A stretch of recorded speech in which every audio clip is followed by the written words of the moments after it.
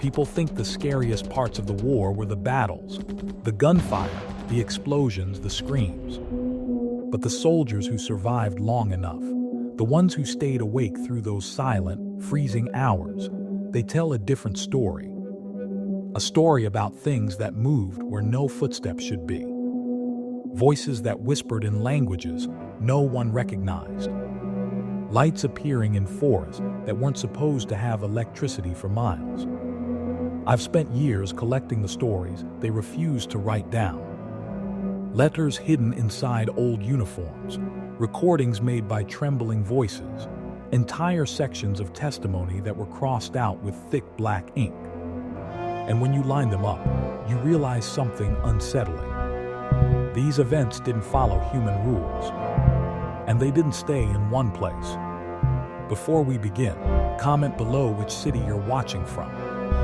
If we're in the same place, I'll reply personally. Here are the stories.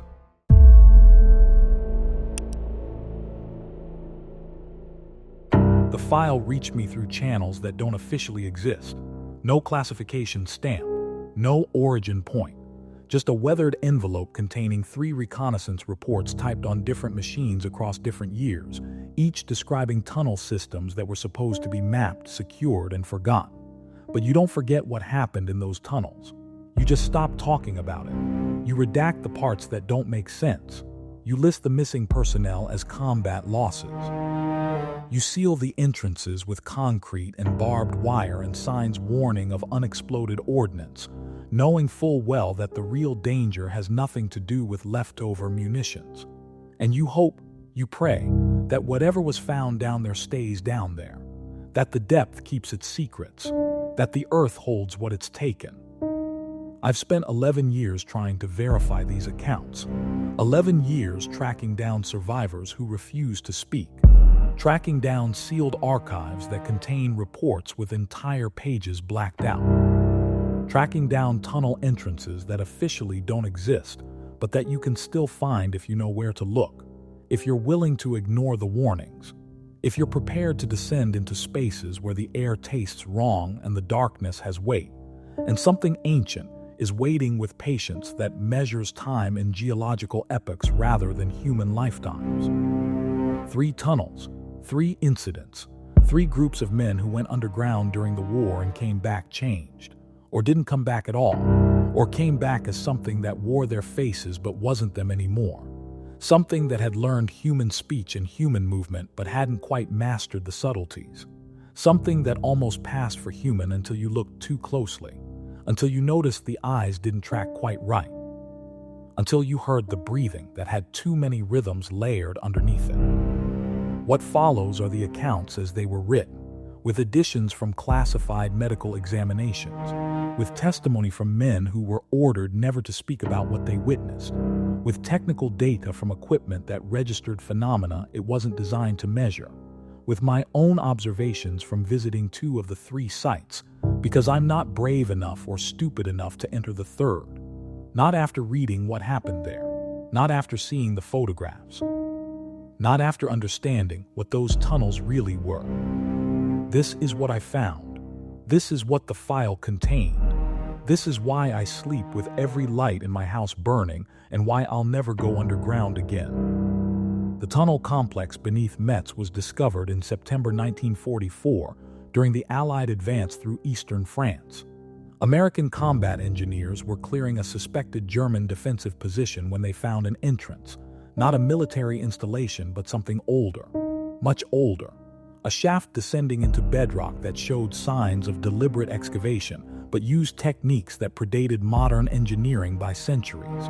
The shaft walls were smooth, too smooth, cut with precision that shouldn't have been possible for whatever era produced them, and they descended at an angle that suggested purpose, suggested someone had been digging towards something specific, digging deep into the earth to reach something that was already down there waiting. Lieutenant James Marchetti led the reconnaissance team, combat engineer, 31 years old, West Point graduate, experienced in demolitions and underground warfare. His orders were simple: Descend the shaft, determine if German forces were using the tunnel system for defensive purposes, map whatever you find, and report back within 12 hours. Standard reconnaissance protocol. His team consisted of 6 men, all engineers, all experienced in confined space operations, all carrying standard equipment including flashlights, rope, compasses, and enough explosives to collapse the tunnel if they encountered enemy forces they couldn't handle. They entered the shaft at 600 hours on September 23, 1944. The entrance was narrow, barely wide enough for a man to descend single file. They used climbing rope and pitons, moving slowly, testing each handhold before committing weight. The walls were cool to the touch despite the September warmth above ground. The air smelled of stone and moisture and something else. Something organic that Corporal Hayes described in his later testimony as like a basement that had been sealed for a very long time, like opening a tomb. They descended for 40 minutes before the shaft opened into a larger space, a chamber. Marchetti estimated it at 15 meters across, roughly circular. The walls showed the same impossibly smooth cutting. The ceiling was vaulted, architectural precision that suggested this wasn't a natural cave formation. This was built, carved, created with intent and skill and tools that left no marks. The chamber was empty except for one feature. In the exact center was another shaft. Descending further, the team stood at the edge, shining their flashlights down into darkness that seemed to absorb the light. The beams penetrated maybe 20 meters before being swallowed by blackness, so complete it looked solid. "How deep does it go?" Private Kowalski asked. Marchetti dropped a rock. Standard depth estimation technique. They listened, waited for the impact sound that would tell them approximately how far down the next chamber was, but no sound came back. The rock fell into silence, just kept falling. They waited 2 full minutes. Still no impact sound. Either the shaft descended impossibly deep or something about the acoustic properties of the stone was preventing sound from traveling back up. Marchetti made a decision that he would later say haunted him for the rest of his life. He ordered them to continue down. The shaft might connect to German defensive tunnels, might provide intelligence about enemy positions, might be strategically relevant. He was following orders, doing his job, making the rational choice based on available information and mission parameters. They rigged rope and began descending the second shaft. This one was wider, almost comfortable. The walls were still impossibly smooth, but now they noticed something else. Patterns, not random, not decorative, carved into the stone at irregular intervals. Symbols that didn't match any language or notation system Marchetti recognized. Hayes had studied archaeology before the war. He examined the symbols with his flashlight, tracing the carved lines with his fingers. "These aren't Roman," he said. "Not Celtic, not anything I've seen before. The style is wrong, too geometric, too precise. Like someone was writing mathematics instead of language." They descended, and descended, and descended. Marchetti kept track of the rope they used.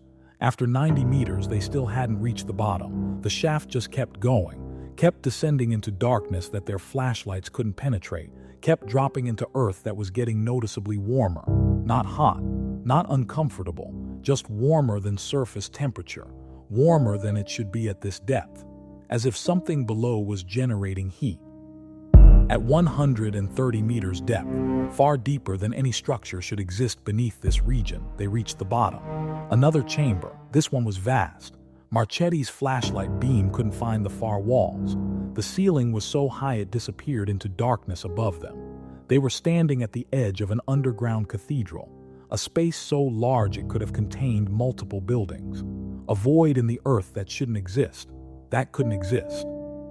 That violated everything he knew about geology and engineering, and the weight of stone. The chamber wasn't empty. As their eyes adjusted as they swept their flashlights in wider arcs, they began to see structures, not natural formations, buildings, stone buildings, arranged in what might have been streets or plazas, a city, underground, built in a massive natural or artificial cavern that existed 130 meters beneath the surface of France, built by someone, built for some purpose, and then abandoned or sealed or forgotten until Marchetti's team stumbled into it following a shaft that was probably never meant to be an entrance. That was probably meant to be something else entirely. Jesus Christ, Kowalski whispered. How old is this? Hayes was examining the nearest structure, running his hands over stone that showed the same precise cutting as the shaft walls. Pre-Roman, pre-Celtic, this might be, I don't know, Neolithic, earlier. The construction techniques don't match anything in the archaeological record. It's like someone had industrial tools but was working in the Stone Age. They moved deeper into the city.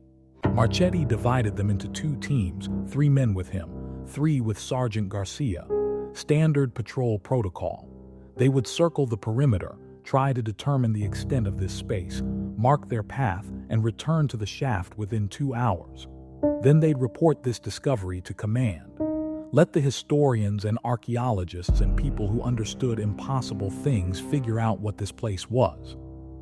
Garcia's team headed left. Marchetti's team headed right. They maintained radio contact, short-range walkie-talkies that worked adequately in confined spaces.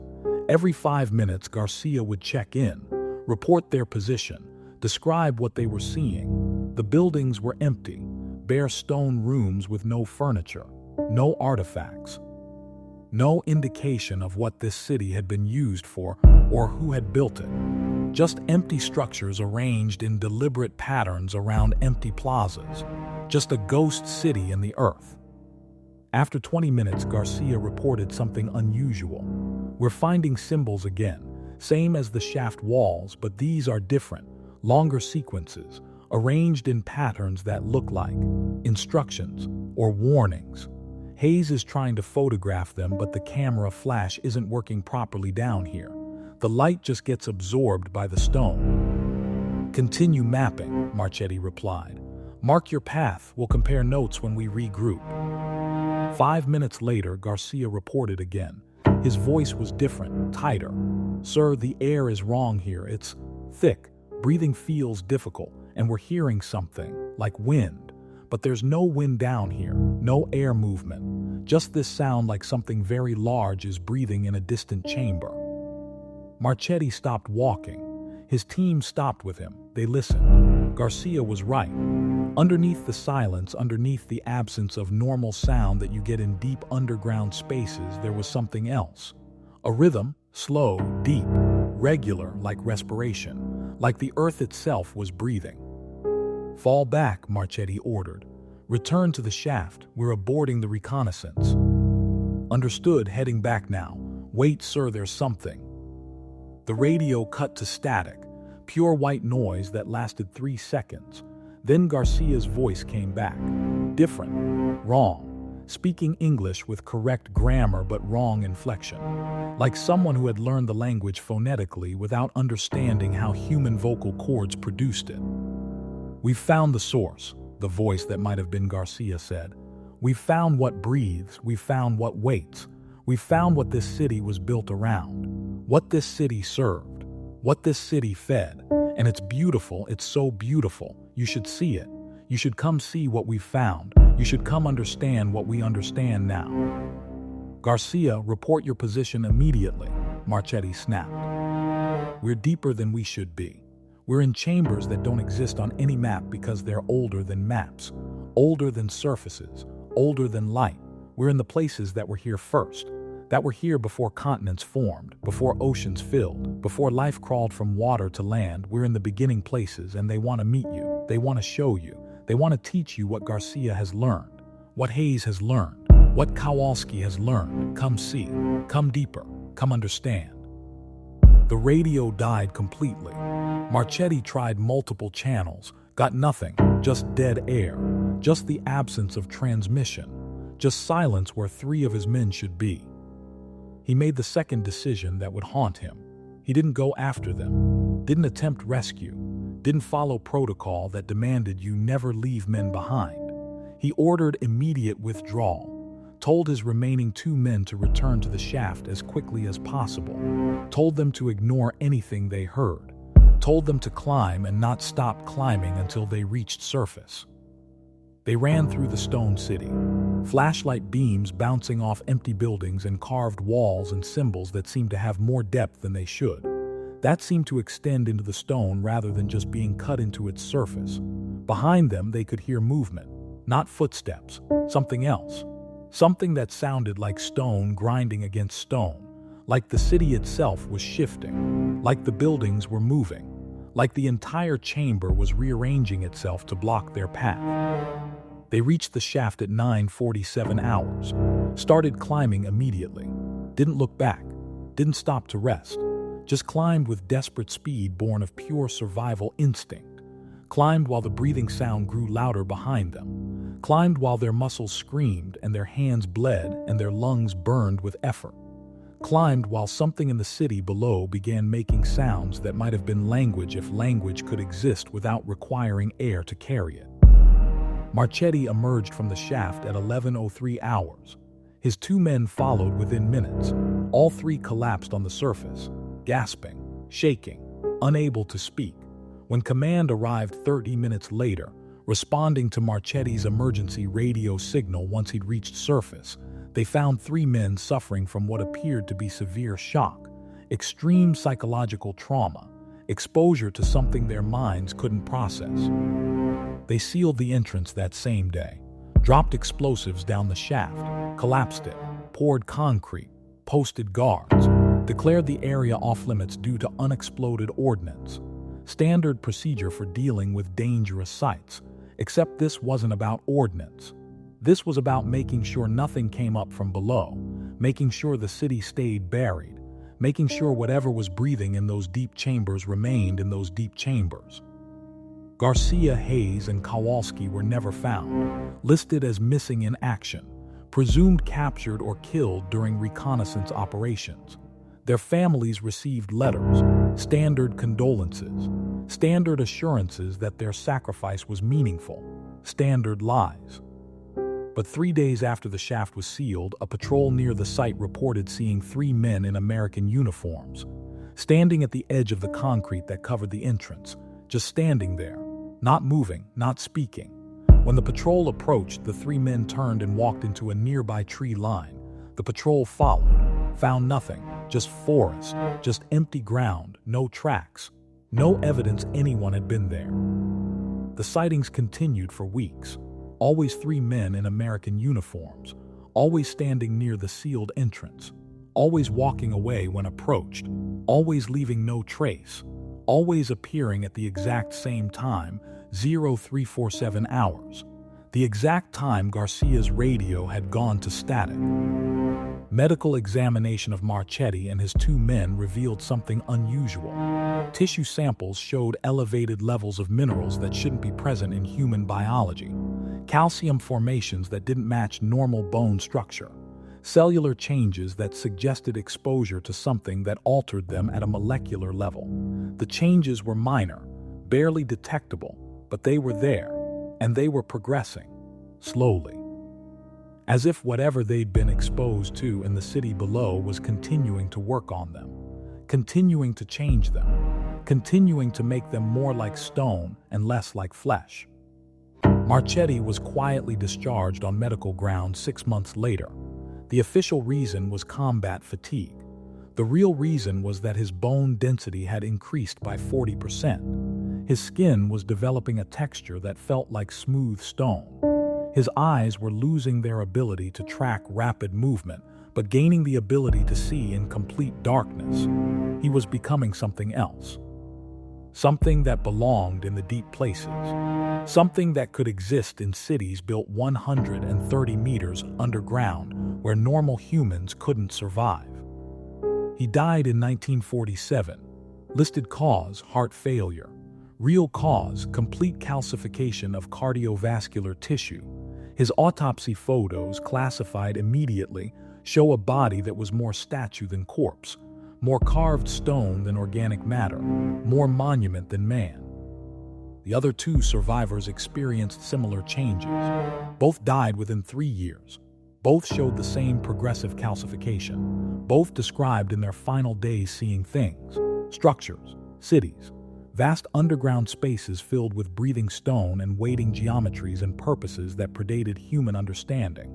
Both claimed they could still hear the voice from Garcia's radio, still hear it calling, still hear it explaining what waited below, still hear it promising understanding if they would just return. Just descend. Just join what Garcia and Hayes and Kowalski had joined. The entrance remained sealed until 1953, when French authorities decided to conduct a routine inspection of the concrete barrier. Found it cracked, not from settling or weather, from pressure, from inside, as if something below was pushing, testing, trying to find a way through. They reinforced the concrete, added steel, added more explosives rigged to a deadman switch, made the seal strong enough to contain whatever might be trying to emerge, strong enough to keep the breathing stone from reaching the surface, strong enough to protect a world that didn't know it needed protection from what lived in the deep places. But the cracks keep appearing, keep spreading, keep suggesting that concrete and steel and human engineering aren't sufficient to contain what exists in that underground city, aren't sufficient to stop what's been slowly pushing upward for 70 years, aren't sufficient to prevent what's coming. Because the breathing hasn't stopped, seismographic equipment positioned near the site still registers it, still records that slow, deep rhythm, still measures vibrations that suggest something massive is alive down there, something patient, something that's been waiting since before humans existed and will continue waiting until the barriers fail, until the seals crack, until the entrance opens again and what lives in the breathing stone can finally emerge into the light. And on certain nights, always at 3:47 hours, people near the site still report seeing 3 men in American uniforms, standing at the concrete barrier, standing perfectly still, standing with stone-textured skin and eyes that don't reflect light correctly and breathing that has too many rhythms underneath it. Standing, waiting, guarding, or inviting, no one's quite sure which.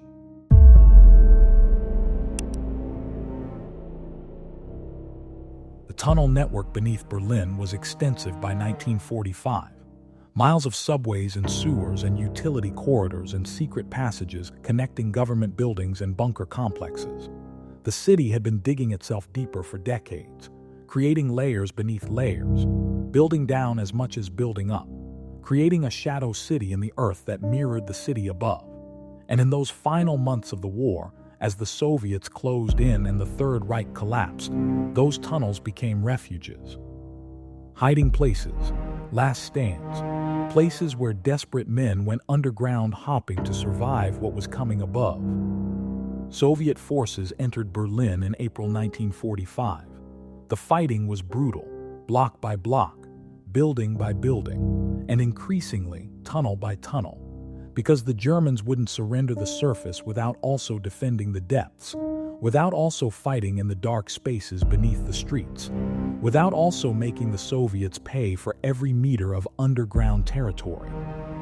Captain Dmitry Volkov led a specialized unit, tunnel fighters trained specifically for underground combat, 20 men who understood confined spaces and close quarters fighting, and the particular psychological warfare of battles fought in absolute darkness, where you couldn't see the enemy until they were close enough to kill you.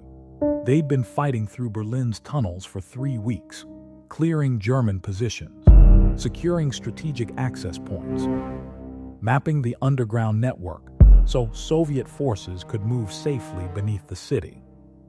On April 28th, 2 days before Hitler's death, Volkov's unit was ordered to investigate a section of tunnel that German forces had been defending with unusual intensity. Intelligence suggested it might be an entrance to a high-value bunker complex, might contain important documents or personnel, might be worth taking quickly before anyone could destroy evidence or escape. They entered the tunnel at 2100 hours. The entrance was a maintenance shaft in the cellar of a destroyed apartment building. They descended using ropes, found themselves in a utility corridor that showed signs of recent German presence, discarded ammunition, hastily abandoned supplies, evidence of a defensive position that had been evacuated hours earlier. The Germans had retreated deeper, fallen back to secondary positions. Volkov's orders were to pursue, to push them until they had nowhere left to retreat, to end this particular resistance pocket quickly and efficiently. The corridor extended for 50 meters before intersecting with another tunnel. This one was different, older, pre-war construction. The walls were brick rather than concrete, covered with efflorescence, white mineral deposits that indicated decades of moisture seepage. The ceiling was vaulted, medieval architecture. This tunnel predated the modern utility systems, predated the subway, predated even the 19th century sewer works. This was something from Berlin's ancient past. Some forgotten access corridor or storage tunnel or drainage system that had been sealed and forgotten until the modern tunnel network accidentally connected to it again. German tracks led into the older tunnel, footprints in the dust, bloodstains on the floor, evidence of wounded men being carried or dragged. The Germans were using this ancient passage as a retreat route. Volkov ordered his men forward. They moved in standard patrol formation, scouts ahead, main group in the center, rear guard watching for German counterattacks. The tunnel descended, not dramatically, just a gentle slope that you barely noticed until you realized you'd been walking downward for 20 minutes and must be significantly deeper than you started. The air was different down here, colder, drier, tasting of stone and time. The brick walls showed water damage in places, showed repairs using different materials and techniques, showed evidence that this tunnel had been maintained across centuries, had been used and reused by successive generations who'd needed underground passages for reasons Volkov couldn't determine. After 40 minutes of descent, they found the first anomaly. The tunnel split, 3 passages extending in different directions, but according to Volkov's maps, detailed schematics of Berlin's underground infrastructure, no intersection existed at this location. The maps showed a straight tunnel continuing east, but reality showed 3 options, 3 passages that shouldn't exist. Volkov ordered scouts into each passage, standard reconnaissance protocol, determine which direction the German forces had taken, map the unexpected branches, regroup and continue pursuit down whichever tunnel showed signs of recent enemy presence. The scouts returned within 10 minutes. All 3 passages contained German tracks, fresh tracks from within the last hour, as if the enemy had split into 3 groups and taken all 3 routes simultaneously, or as if something about the tunnel system was creating impossible tracks, making it appear that more Germans existed than actually did. We stay together, Volkov decided. We'll choose one route. If it dead ends, we backtrack and try another. We don't split up in unknown tunnels. They chose the center passage. It descended more steeply than the main tunnel. The ceiling got lower. The walls pressed closer. After 20 meters, Private Antonov pointed out something disturbing. "Comrade Captain, look at this." He was indicating marks on the wall. Not graffiti, not structural damage, something else. Names carved into the brick. Dozens of names, hundreds, different languages, different eras. Some fresh enough that the stone dust was still visible. Some so old the letters were barely legible. Names of people who had been in this tunnel, who had left their mark, who had wanted to prove they'd been here even if they never left. And at the bottom of the most recent editions, carved in rough Cyrillic, "Turn back. The tunnels recurse. The tunnels multiply. The tunnels are deeper than the city." "What does that mean?" Antonov asked. Volkov didn't answer, because he was beginning to understand something that made his military training and tactical expertise irrelevant. Something that suggested the tunnels beneath Berlin weren't just physical spaces, weren't just passages connecting points A to points B, were something else. Something that followed different rules. Something that could be deeper than they physically had room to be. Something that could multiply and recurse, and extend forever into spaces that shouldn't exist beneath a city that was only a few hundred years old. They continued forward, The passage opened into a chamber, roughly 10 meters square, empty except for more names carved into every available surface. Walls, ceiling, floor, thousands of names, tens of thousands, carved in every language, spanning what looked like centuries of time. All people who had been here, all people who had wanted to record their presence, all people who had understood they might not return from whatever lay deeper in the tunnels. 3 more passages extended from the chamber. Volkov checked his compass. It spun uselessly. Magnetic north wasn't in any particular direction down here, or was in all directions simultaneously, or simply didn't exist in tunnels that predated magnetic poles. He tried the maps again. They showed nothing. They couldn't show this place because this place couldn't exist according to the city plans and geological surveys and every rational understanding of what should be beneath Berlin. "We're going back," Volkov announced. "This isn't a German retreat route. This is something else. We'll report the location to command. Let them send proper engineering teams to map it. Let them figure out what this is." They turned around, retraced their path, followed their own footprints back through the chamber toward the passage they'd entered from. Except there were now 4 passages leading out of the chamber. Where there had been 3 entrances and 1 exit, there were now 4 identical openings. 4 passages that all looked the same, that all had footprints leading into them, that all could have been the route they'd used to enter. "Which one?" Private Golovin asked. His voice had the particular kind of fear that comes from understanding that normal rules don't apply, that you're in a space where reality is optional, where physics is negotiable, where up and down and forward and back are concepts rather than absolutes. Volkov chose the passage that seemed most familiar. They entered, walked for what should have been 20 meters, emerged in a chamber. Same 10-meter square room. Same thousands of names carved into every surface. Except now there were 5 passages leading out. And the names on the walls included fresh additions. Names in Cyrillic. Russian names. Their names. "Who carved these?" Antonov demanded. "When we were just here." But the carvings weren't fresh, showed the same weathering as the old names, showed years of age, decades, showed evidence of having been here for longer than Volkov's unit had existed, as if time in these tunnels didn't flow linearly, as if effects could precede causes, as if they'd left their marks before arriving to leave them. Volkov ordered a full stop, ordered his men to sit, to rest, to think carefully about their situation.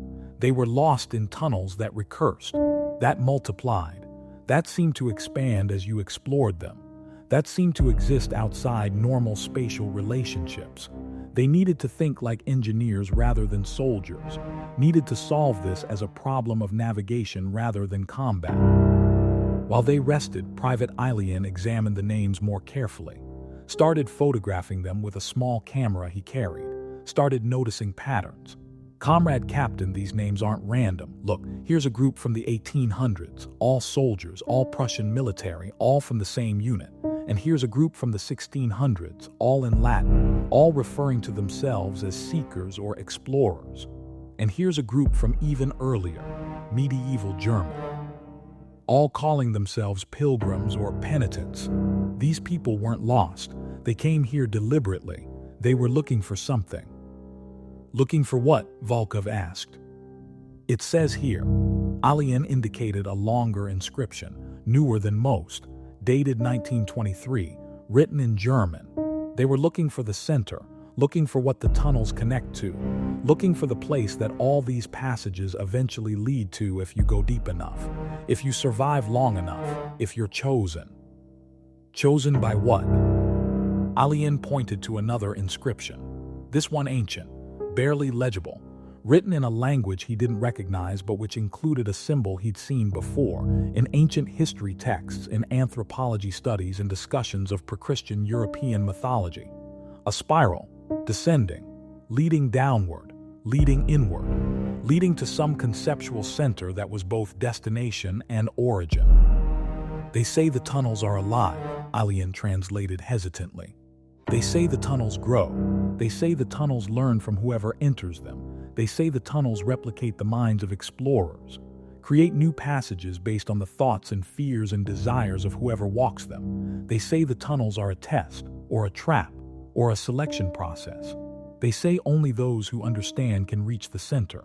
Only those who accept can find what waits there, and everyone else just walks forever. Just recurses, just multiplies through infinite variations of the same chambers until they die or go mad or become part of the tunnel themselves. Volkov stood up, made a decision. We're leaving markers. We're marking every passage we enter with chalk. We're creating a trail that doesn't depend on memory or spatial logic. We're navigating this rationally. They began marking passages, numbering them, creating a system. They'd enter a passage, mark it with chalk, walk to the next chamber, assess how many exits it had, mark their entrance, and continue. They'd create data, create information, create something external to their own perception that would let them navigate regardless of how the tunnels recursed. The system worked for a while. They walked through chamber after chamber, marking passages, creating a trail they could follow back. They developed confidence, began to believe they could solve this puzzle through systematic methodology. Then they entered a chamber they'd marked 15 minutes earlier, saw their own chalk numbers on the walls, saw their own footprints in the dust. But the chalk numbers were wrong, were in different positions, were written in handwriting that looked like theirs but wasn't quite, was close enough to be disturbing but different enough to be undeniable. Did someone else mark this chamber? Golovin asked.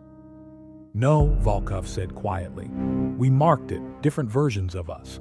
The tunnels aren't just multiplying space, they're multiplying us, creating divergent timelines or parallel instances or multiple simultaneous versions of our exploration. We're not lost in space, we're lost in probability, in all the different ways this exploration could unfold, all existing simultaneously. The psychological impact was immediate. Several men began showing signs of acute stress. The implications were too much. If multiple versions of them existed in the tunnels, which version was real? Which one would emerge? Would any of them emerge? Or would they just continue recursing forever, splitting into infinite variations, exploring infinite chambers, never finding exit or center or anything except endless multiplication of tunnels and cells? Volkov tried to maintain order, tried to keep them focused, tried to make them understand that panic was the enemy, that losing cohesion would doom them, that their only chance was staying together and continuing to move rationally. But rational movement became impossible when the chambers themselves started changing. They'd enter a passage, walk for precise distances that Volkov measured with rope, and emerge in chambers that were impossibly close or impossibly far. They'd walk 50 meters and travel 500, or walk 500 meters and travel 5. Distance had become untethered from movement. Space had become elastic. The tunnels were no longer obeying even basic geometric principles. And then they started seeing others, other groups, moving through the same chambers, sometimes visible for just a moment before disappearing into passages, sometimes audible, voices speaking Russian, speaking German, speaking languages that sounded human but weren't quite, sometimes leaving signs of their presence, equipment left behind, supplies dropped in apparent panic, bloodstains leading into tunnels and never coming back out. On their third day in the tunnels, or what felt like 3 days because time was becoming as unreliable as space, they encountered another version of themselves. 20 Soviet soldiers, moving through the same chamber, led by someone who looked exactly like Volkov, who wore the same uniform, who had the same scars and rank insignia and everything. The two groups stopped, stared at each other. Volkov raised his hand slowly. The other Volkov raised his hand simultaneously. Perfect synchronization, perfect mirroring, or perfect coordination, or perfect evidence that they were the same person existing in two instances. Which one of us is real? The other Volkov asked. Both, Volkov answered. Neither, it doesn't matter, the tunnels have multiplied us. We're both exploring, both trying to escape, both equally lost. Or both equally found, the other Volkov said. We've been marking chambers, following patterns, and we think we understand. The tunnels aren't random. They're structured, they're testing us. Every chamber is a choice. Every passage is a question. Every recursion is feedback.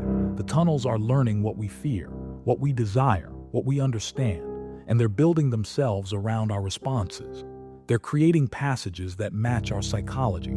They're generating spaces that reflect our mental state. They're making themselves into a physical representation of our consciousness. So how do we escape? You don't escape. You accept. You stop fighting the recursion. You stop trying to impose external logic. You let the tunnels show you what they want to show you. You follow the path that feels right instead of the path that seems logical. You trust the mathematics you don't understand instead of the geometry you do. The other Volkov turned and walked into a passage. His group followed. Volkov watched them disappear, considered the advice, considered whether trusting the tunnels was wisdom or madness, considered whether any choice he made mattered when infinite versions of him were making infinite different choices in infinite parallel chambers. He chose to trust, chose to stop fighting, chose to walk through passages based on instinct rather than methodology, and the tunnels responded. The chambers stopped multiplying. The passages stopped branching endlessly. The recursion stabilized. After 2 more hours, measured by watches that had stopped working but that they wound anyway out of habit, they emerged in a final chamber. This one was different, larger, with a ceiling that rose into darkness beyond what their flashlights could illuminate, with walls covered not in names but in maps, detailed maps, showing the tunnel system, showing all the chambers, showing all the passages, showing the structure as it actually existed rather than as they'd been experiencing it. And at the center of the chamber was an exit, a stairway, ascending, leading upward toward what might be surface, what might be escape, what might be the end of the recursive nightmare. They climbed, emerged in a cellar, emerged in Berlin, emerged in April 1945, but not the April 1945 they'd left. Something was different, wrong. The buildings above ground were intact, undamaged, no signs of war. No signs of Soviet occupation. No signs of the battle that should have destroyed this district weeks ago. Volkov checked his calendar. April 28, 1945. The date was correct. The city was wrong. Or they were wrong. Or they'd emerged in some version of Berlin that had never been bombed. Some timeline where the war had gone differently. Some recursion that led to a surface that wasn't quite the surface they'd left. His unit dispersed slowly, each man finding their way home, finding families who looked at them strangely, who said they'd been gone not for 3 days but for 3 weeks, who asked where they'd been, who didn't fully believe their answers. Volkov filed his report, described the tunnels, described the recursion, described the chambers that multiplied and the versions of himself he'd encountered and the final chamber with the maps. His commanding officer read the report, looked at him for a long time, then classified everything, sealed it, declared the incident sensitive, declared the tunnels off limits, declared Volkov and his unit unfit for further service due to trauma and exposure to classified operations. They were quietly discharged, given medical pensions, told never to speak about what they'd experienced, told it was for their own good, told that some things couldn't be official, couldn't be acknowledged, couldn't be integrated into normal military records because they violated too many assumptions about reality. But the tunnels remained, were never sealed, were never destroyed, because you can't destroy something that exists in more iterations than you can access, can't collapse passages that recurse infinitely, can't bomb chambers that multiply faster than bombs can fall. The tunnels were eternal, were embedded in Berlin's foundations not as physical spaces but as mathematical possibilities, as potential routes, as paths that could be walked if you knew how to step outside linear space and accept the recursion. People still get lost in Berlin's underground. Still enter tunnels that seem normal and emerge days or weeks later confused about where they've been. Still report seeing chambers that don't match city plans. Still find names carved in walls, including their own names, carved in their own handwriting dated years before they actually visited the location. Still experience the multiplication, the recursion, the impossible geometry. And sometimes, very rarely, people find chambers with maps, find the structure, find the pattern, find evidence that the tunnels aren't random, aren't chaos, are something built with intent by something that understands space and time and consciousness better than humans ever will. Something that created passages designed to test anyone who enters, to measure, to select, to transform those who understand and trap those who don't. The tunnels are still growing, still recursing, still multiplying beneath a city that will never fully map them, never fully understand them, never fully control them. Because you can't control infinity. You can only walk through it and hope you emerge somewhere close to where you started. Or accept that you never really emerge at all. Just recurse forever through chambers that look like escape, but are really just another layer of the test. Another iteration. Another version of yourself walking the same passages and making the same choices and arriving at the same final chamber with the same maps showing the same infinite structure that exists in all possible configurations simultaneously. Walking, always walking, forever descending, forever recursing, forever multiplying through probability space while the tunnels learn from your steps and build themselves accordingly. Forever lost, forever found, forever neither, forever both.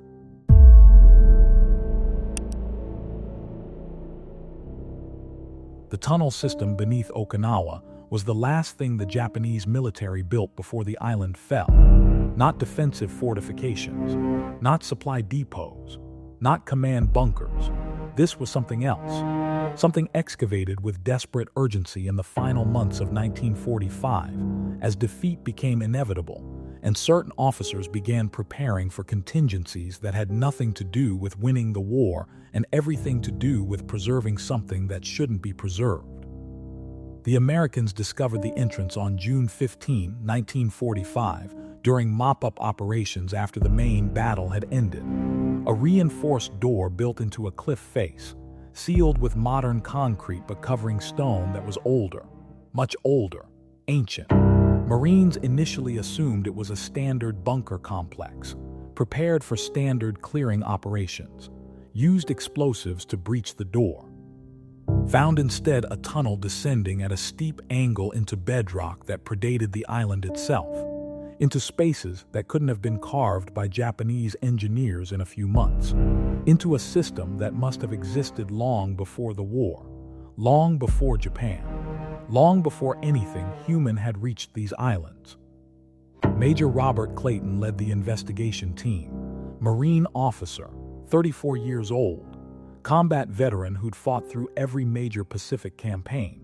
His orders were straightforward: clear the tunnel of enemy personnel, determine if it contained strategic assets or intelligence, secure any documents or equipment, and prepare for demolition. Standard post-battle protocol.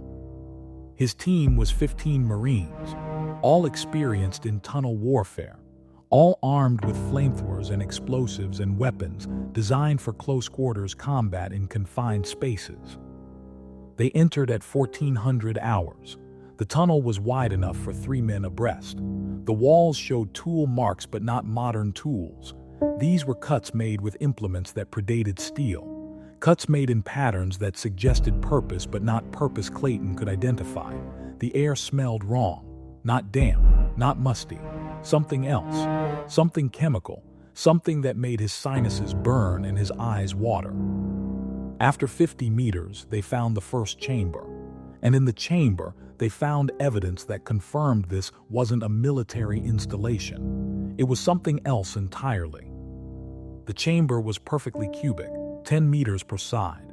The walls were covered floor to ceiling in writing, not Japanese, not any language Clayton's translator could identify.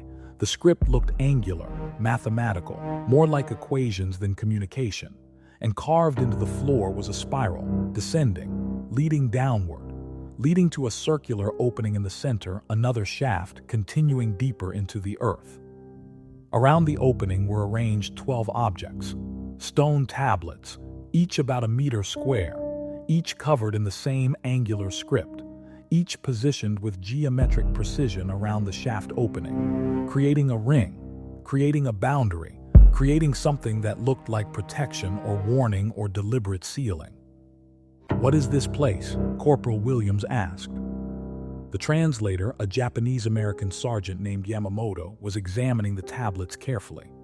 "These aren't Japanese. These aren't any modern language. The symbols look Jaman, maybe pre-Japanese culture from thousands of years before written history in this region, but I can't read them. No one can read them. Jaman left almost no written records, just pottery and stone tools, not this. Not mathematical formulas carved in perfect geometric patterns. Not." He stopped, stared at one of the tablets. "Major, I think this is a warning. I think someone built this chamber to seal something, to keep something contained, and I think we just breached their security system." Clayton ordered everyone back. Standard procedure when encountering unexploded ordnance or booby traps or anything that suggested danger. They'd photograph the chamber, document everything. Let intelligence specialists figure out what this place was. But as they were setting up photographic equipment, Private Davidson noticed something. "Sir, the tablets are vibrating, very slightly, like something is producing frequency." Clayton put his hand on the nearest tablet. Davidson was correct. The stone was vibrating, not visibly, but you could feel it. A resonance, a rhythm, something that suggested these weren't just carved rock but active technology, ancient technology, technology that had been functioning for thousands of years. That was still functioning. That was responding to their presence. And then the shaft opening in the floor started glowing, not brightly, just a faint luminescence, like something deep below was producing light, like something was waking up or powering on or becoming aware that the seals had been breached. "Everyone out," Clayton ordered. "Now, we're not equipped for this." They retreated to the entrance. Clayton radioed command, reported what they'd found, requested immediate support, preferably engineers and scientists and people who understood ancient technology and contained anomalies. Got a response that was clearly skeptical but promised to send specialists within 24 hours. "We'll guard the entrance until they arrive," Clayton decided. "No one enters. No one investigates further. We treat this as a potential hazard site until we understand what we're dealing with."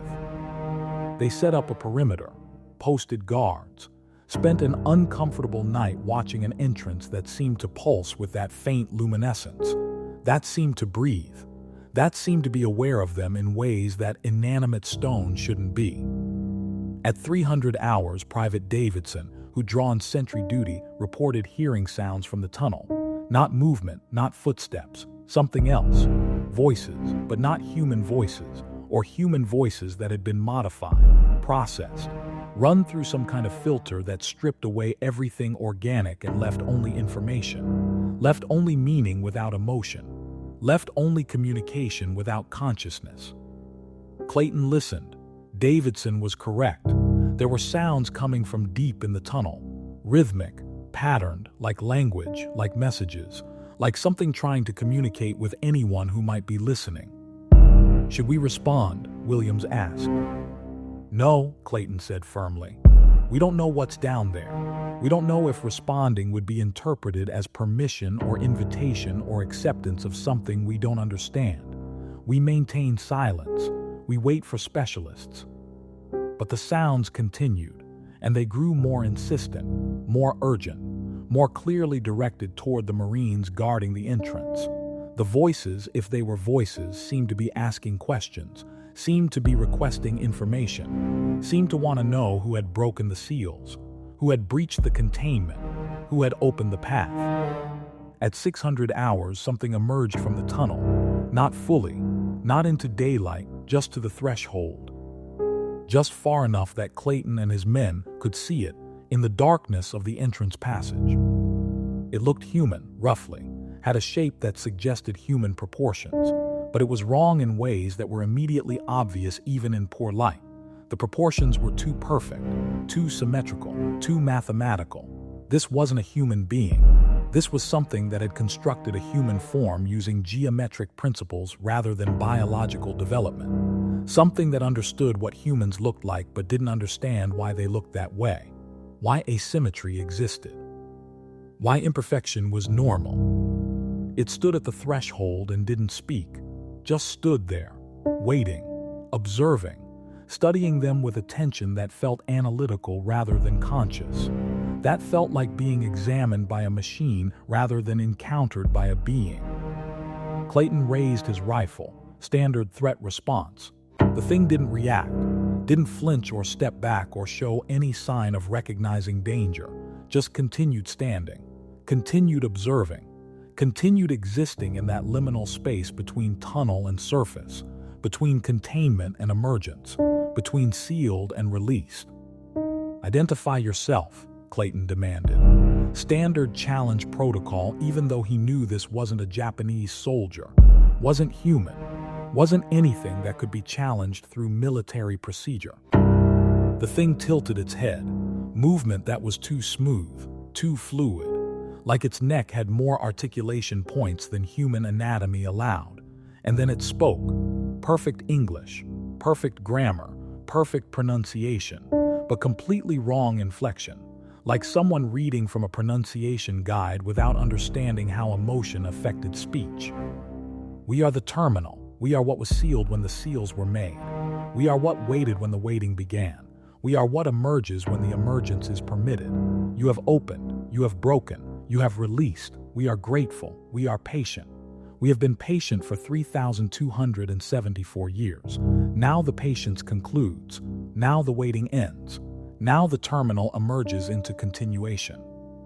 Stay where you are, Clayton ordered. Don't come any closer. This area is under martial law. You are not permitted to proceed. The thing tilted its head the other direction. Permission is not required. Containment is ended. Seals are breached. Barriers are removed. We emerge because emergence is now possible. We thank you for opening. We thank you for releasing. We thank you for allowing continuation. It started walking forward, toward the light, toward the surface. Clayton fired, single shot, center mass. The bullet hit, passed through, left a hole that showed not flesh but something else. Something that looked like geometry, like mathematical relationships rendered physical, like space itself folded into the shape of a body. The thing continued walking, unaffected, unharmed. Not because it was invulnerable, but because harm wasn't a relevant concept for something that wasn't alive in any biological sense, for something that existed as pattern rather than substance, as information rather than matter. Clayton ordered full fire. His Marines opened up, rifles, flamethrowers, explosives, everything they had. The thing walked through the barrage, was disrupted by it. The flames made its form flicker. The bullets created distortions. The explosions fragmented its coherence, but it reassembled, reconstructed, maintained its shape through pure mathematical consistency, through being a pattern that insisted on existing regardless of physical disruption. It reached the sunlight, and something happened. The thing expanded, not physically, but conceptually, like it was radiating possibility, like it was introducing alternatives to reality, like its mere presence in daylight was causing the world to multiply, to split into variations, to recurse. Clayton saw it clearly, saw the world around him suddenly exist in multiple configurations, saw the cliff face as it was, as it had been, as it might be, saw the ocean below as water, as empty space, as something else entirely that used the same location, saw himself and his Marines as solid, as transparent, as both, as neither, saw everything simultaneously, saw all states, saw the collapse of singular existence into probability distribution. And he understood. The thing was terminal not because it was final, but because it was recursive. It was the end that looped back to the beginning. It was the conclusion that generated infinite new starting points. It was the mathematical proof that reality wasn't singular, but was instead all possibilities existing simultaneously, collapsed into appearance of singularity only by limited perception. And its emergence into daylight was spreading that truth, was infecting reality with multiplicity, was teaching the world that it could exist in infinite configurations.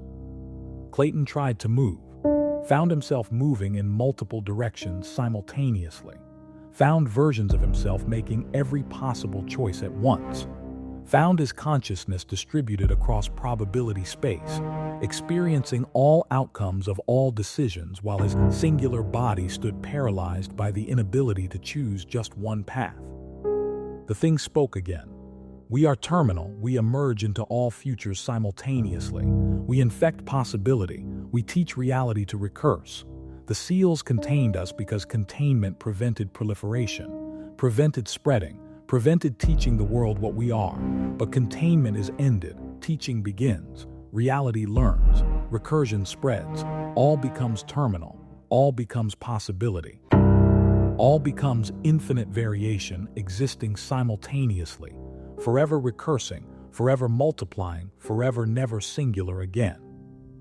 Major Robert Clayton's last report, dictated while he still could, while he still existed in singular enough state to communicate linearly, described what happened next, described the terminal walking toward Okinawa proper, described the multiplication spreading from its position in waves, described reality fragmenting into recursive iterations as the terminal touched each new location, described the world learning to exist in all possible states simultaneously, described his Marines experiencing the same multiplication he was experiencing, becoming distributed across probability, becoming aware of all their possible lives, all their possible choices, all their possible deaths, all their possible survivals, all their possible everything all at once forever.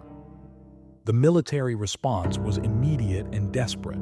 They tried to contain the terminal through force, through fire, through nuclear options that were seriously considered despite Okinawa being occupied by American forces.